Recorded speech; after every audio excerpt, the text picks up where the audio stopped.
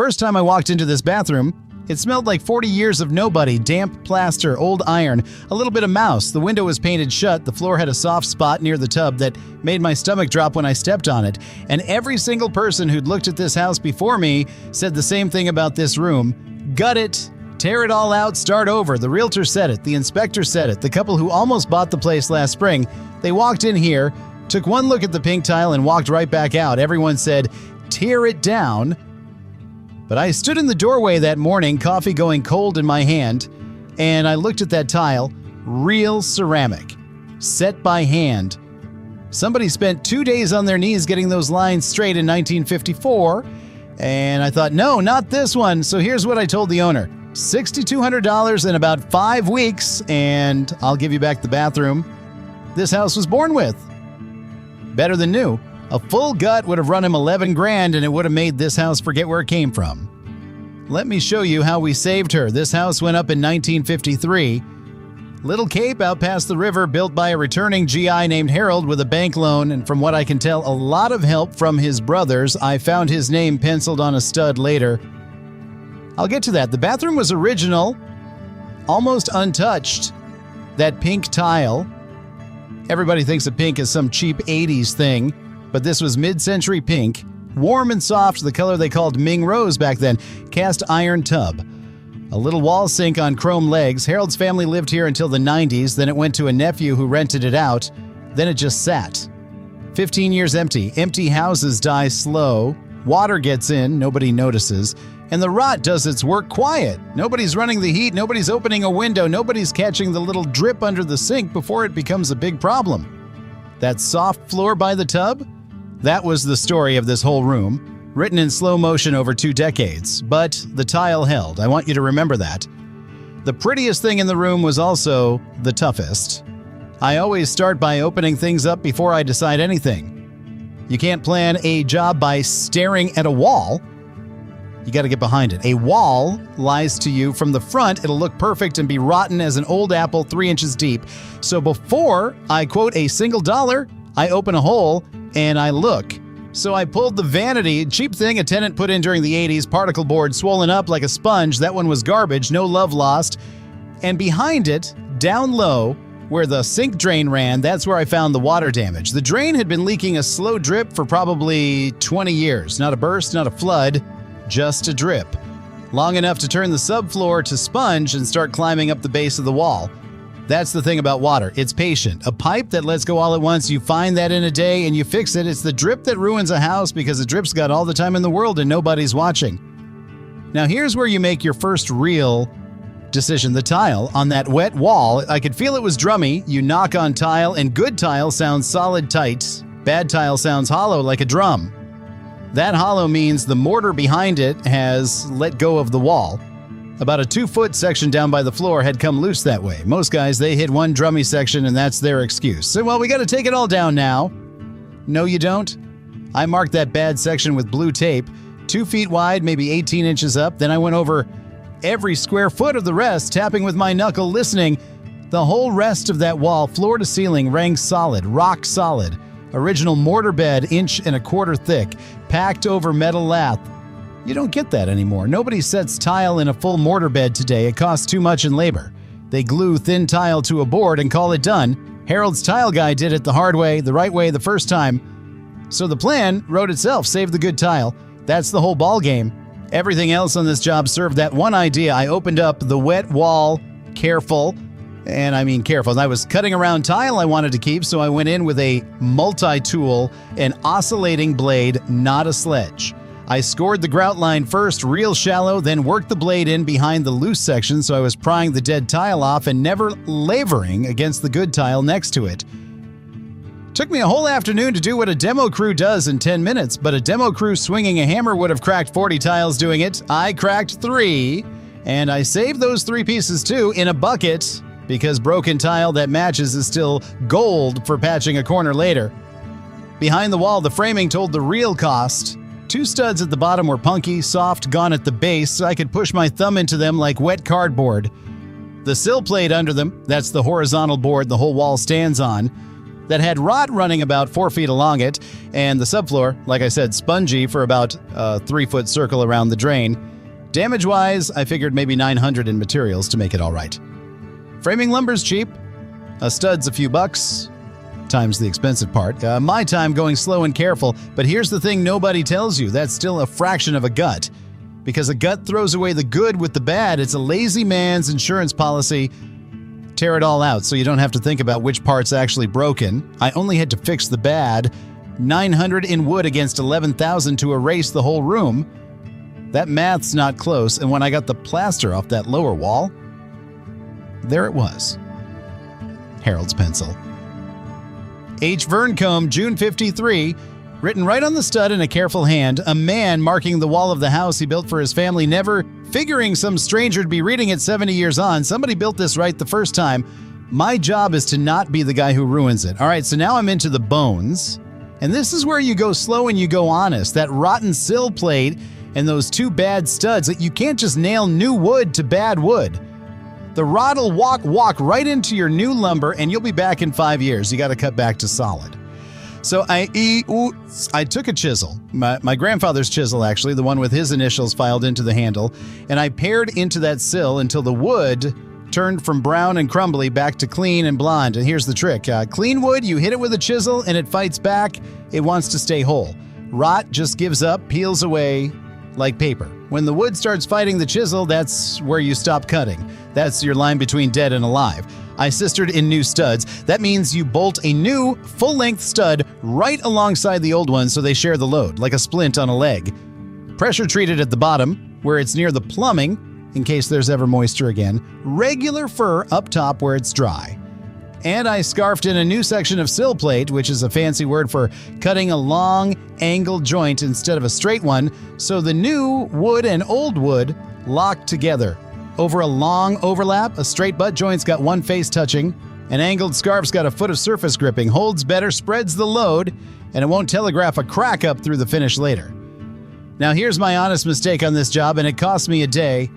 When I pulled that rotten subfloor and cut my new plywood patch to fit, I got the outline dead perfect, but I didn't check the height against the old floor. Careful enough, set it in, screwed it down, felt good under my boot. But the next morning I laid a 6-foot level across it, and the new patch sat a full 1/4 inch proud, sticking up above the old subfloor. 1/4 inch doesn't sound like much, it's less than the thickness of a pencil, but you tile over a 1/4 inch bump and here's what happens. Every tile that bridges that hump has air under one edge, and the first person who steps on it, that tile cracks. You'd have a whole cluster of cracked floor tile inside a year, right where the new meets the old. That one's on me. I got in a hurry, and hurry's the thing that costs you double. So I pulled the patch back up. The problem was underneath. The old joists had settled a hair over 70 years, and the new plywood was riding high on them. I took a hand plane to the tops of those joists, shaving them down that 1/4 inch, checking with the level every few passes, feathering it out so there's no step, then reset the plywood, glued and screwed every 6 inches. Cost me the day. But now that floor reads dead flat, end to end, flatter than it was in 1953. Sometimes fixing your own mistake leaves the job better than if you'd never made it. The cast iron tub I left in place the whole time, 350 pounds of it. You know why I didn't pull it? Because a tub like that, you drag it out and you crack the porcelain or you crack the iron, and there's no fixing that. A new cast iron tub runs $900, and it won't fit this space right anyway. They build them a couple inches different now. So I built around her, boxed her in with plywood, wrapped her in moving blankets, taped it down, and left her sitting right where Harold's plumber set her. She wasn't going anywhere, and neither was I going to be the fool who broke her. By the end of week 2, the room was sound. New wood, married to old wood, floor dead level, walls square to the string line. She was ready for what goes inside. Now, the stuff you can't see. This is where a room like this gets saved for good or gets sick again in 10 years. That drain leak that started all this, the whole waistline under the sink was old galvanized steel and galvanized rust shut from the inside over 50 years. The rust builds up in a ring, closes the pipe down, and the pressure finds the weak spot and starts weeping. I've cut into 50-year-old galvanized that had a hole the size of a pencil lead left in the middle for water to squeeze through. The rest packed solid with rust. So all of it came out, the drain, the vent, the works. I ran new PVC for the waistline, new 1/2 inch copper for the supply up to the sink and over to the tub. About $400 in pipe and fittings and a day of soldering. That's the kind of money you spend once and never think about again for the rest of your life. The electrical, there was exactly one outlet in this whole bathroom, and it was a two-prong, ungrounded, sitting 8 inches from the sink. That's not a code problem, that's a get somebody killed problem. Water and old ungrounded wiring, that's how people die in their own house. And so I ran a new dedicated circuit back to the panel and put in a GFCI outlet. That's the kind with the little test button. And what it does is watch the electricity going out against the electricity coming back. And the instant those don't match, which is what happens when current's leaking through a person, it cuts the power in a fraction of a second. That's the single most important thing in any bathroom, and the outlet costs about $25. Do it. If you do one thing after watching this, do that. Then the part everybody skips, insulation. This bathroom had none. 0, an empty wall cavity behind that beautiful tile. So every winter for 70 years, this room was the coldest one in the house, and you'd step out of a hot bath into a cold box. Now, I'll be straight with you. Vermont in January doesn't wait for you to finish. I was doing this in November, running into December, and I had that one exterior wall open to the outside for about a week while I sorted the framing. And let me tell you, working in there with a space heater roaring and your breath showing white in front of your face, that focuses the mind real quick. You stop dawdling. I packed those cavities with mineral wool, not the pink fiberglass, mineral wool, because it doesn't hold water and it doesn't feed mold if you ever do get a little moisture down the road, which in a bathroom you might. It also knocks down sound, which is a nice thing in a bathroom nobody thinks about. Cost about $80 more than fiberglass for a room this small, and it's worth every dime of that $80. And I put in a real exhaust fan ducted with solid pipe all the way out through the wall to daylight, not just dumped up into the attic like some clown did in the 70s, which is how you rot your roof from the underside without ever knowing it. Moisture is what killed this room the slow way. Get the moisture out fast every time, and the room lives forever. By the time the walls closed back up, it was mid-December. Snow on the ground, real snow, and that room was warm for the first time since Harold owned it. Now the fun part, bringing her face back. The 3 cracked tiles and the patch sections, I needed matching tile, and you don't just buy 1953 Ming Rose off a shelf. They quit making it before I was born. So I went hunting, salvage yards, online boards, calling old plumbers who might have saved a box, and I got lucky. Found a fella 2 towns over who'd pulled a box of the exact tile out of a house he demolished and couldn't bring himself to trash it. 40 tiles for $60. I only needed maybe 15. The rest I set aside down in the basement, taped a note on the box for whoever owns this house in 50 years. You'll want these. Trust me, setting that patch to match 70-year-old tile is finicky work. The old tile had a slightly uneven glaze, little waves and variations from the kiln, and the new ones from the salvage box were a hair different again. So I didn't set the new tile in one clean block. I shuffled it, mixed the new ones in with a few salvaged old ones around the edges of the patch, scattered them, so your eye can't find a hard seam where new meets old, it just fades. Grouted the whole thing with a warm gray, not white. White grout on old tile looks like a filling in a tooth, it screams new. Gray recedes, disappears, lets the tile do the talking. Then I got down on my knees and cleaned the original tile. That's it. Everybody wanted to tear this out, and mostly it just needed a bath. I used a mild acid wash, worked it in small sections with a stiff brush and a lot of elbow grease, rinsed it clean. 40 years of grime and soap scum came off, and that Ming Rose came up glowing like the day it went in the wall. My knees hurt for a week. Worth every ache. The floor tile, little hexagon mosaics, white with a black border line running around the room.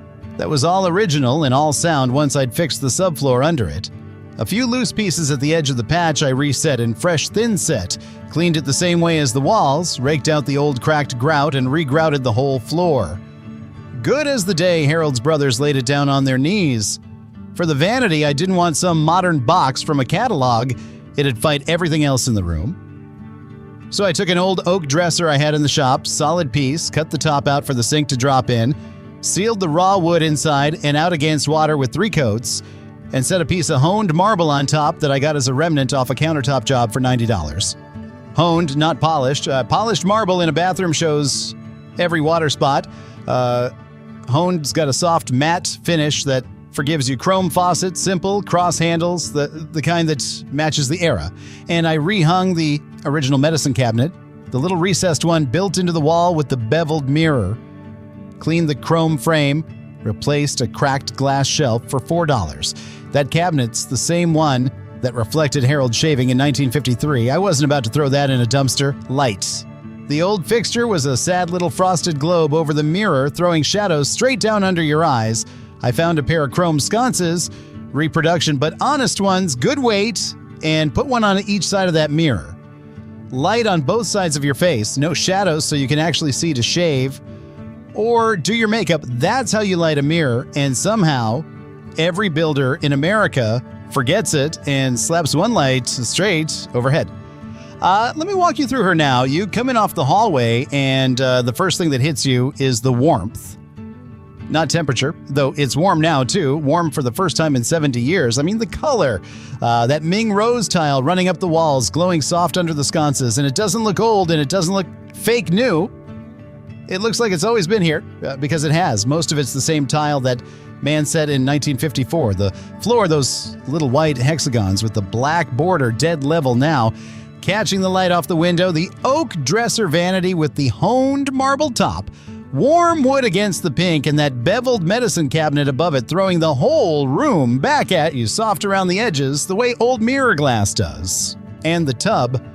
Harold's 350-pound cast iron tub, right where it sat since Eisenhower was president, refinished with a fresh porcelain surface so she's smooth and white again, sitting under a window that opens now. First time that window's opened in probably 30 years. I planed the paint off the sash and freed it up in an afternoon. Now you can crack it and let the steam out the way it was meant to work. Total came to $6,200. Materials, the salvage tile, the plumbing, the copper, the wiring, the insulation, the refinish on the tub, all of it. 5 weeks. Though 2 of those weeks I was fighting the cold as much as I was fighting the house. A full gut would have been $11,000, and it would have handed you a bathroom you could find in any catalog in America in 10,000 houses. This one you can't find anywhere. There's exactly one. I'm not going to stand here and tell you it's perfect. There's a spot near the door where the old floor and the new patch don't line up dead perfect if you get down on your hands and knees and go looking for it. I know it's there. You won't find it. And in 100 years, somebody will find it and know a person did this by hand. Somebody built this room right the first time. Harold, his brothers, that tile man on his knees for 2 days, getting the lines straight. All I really did was undo 70 years of neglect and then get out of their way. That's the whole job most of the time. The house already knows what it wants to be. You just got to learn to listen to it instead of reaching for the sledgehammer. Everyone said tear it down. And now it's the room in that house people stand in and don't want to leave. Next one's going to test me. There's a farmhouse up the valley with a staircase, a real one, walnut, hand-built, curving up 2 full stories, and half of it's collapsed down into the cellar where the floor gave way underneath it. Everybody says that staircase is firewood. Now, I've got a hunch it isn't. I found the builder's mark carved into the bottom newel post. I'll see you up there.